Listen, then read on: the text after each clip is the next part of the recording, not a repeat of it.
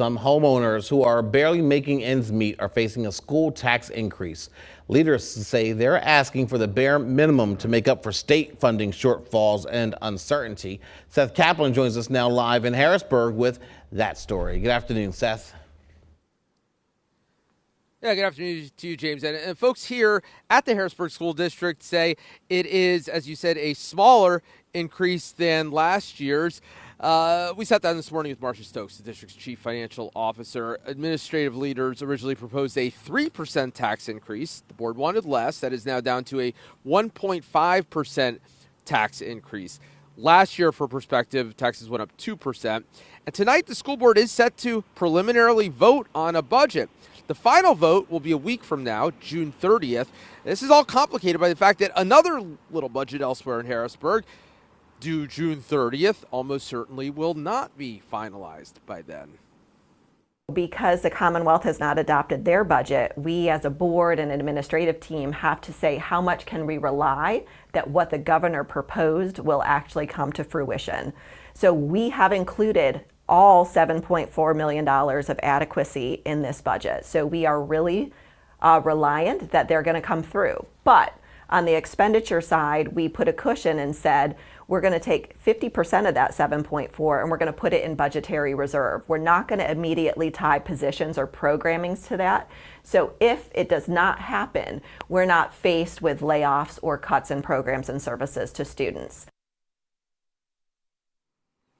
Now, in terms of what this all adds up to for the average homeowner, CFO Marcia Stokes, who you saw there, says that somebody who has a homestead exemption on their home, so this is an owner-occupied home, and has the median home value in Harrisburg, where assessed values tend to be rather low, we're talking about a $4 increase for the year, $4 and change. Somebody with a home assessed at $100,000, a little bit above the median in Harrisburg, would be looking at a $26 increase. So it sort of falls disproportionately on those homes that are assessed at higher values. So not a huge number would be how some people would look at it, but other people look at it as, hey, they have less than ever because of gas prices going up and all the rest of it, James. I should say that, she mentioned that Harrisburg is unique in that so much of the property here isn't taxable property because this is the state capital, so much government property and other property it's not on the tax rolls.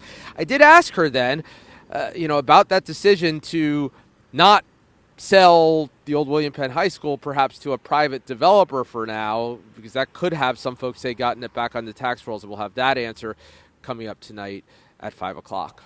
Seth, you do that to me every time. I was going to ask you about that building. Now I have to just stay tuned until tonight to find out the answer to that question. But Seth, I was listening to the CFO speak there, and it has to be a tough thing that these school districts have to go through during budget time for both their own budget and the state budget when you don't know exactly what the state is going to do. Like last year, the state budget wasn't passed for months.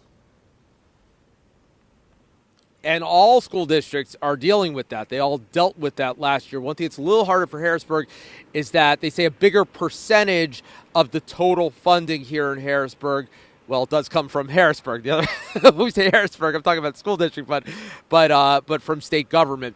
And so that's trickier. So it's just a bigger percentage of the budget that's sort of an unknown compared to maybe some of the suburban school districts to get bigger percentages of their overall funding from local tax revenue. But it's a problem for all of them, no question. Absolutely. Seth Kaplan, live in Harrisburg. Thank you so much for that story. We'll, of course, look for your full report tonight, beginning at 5.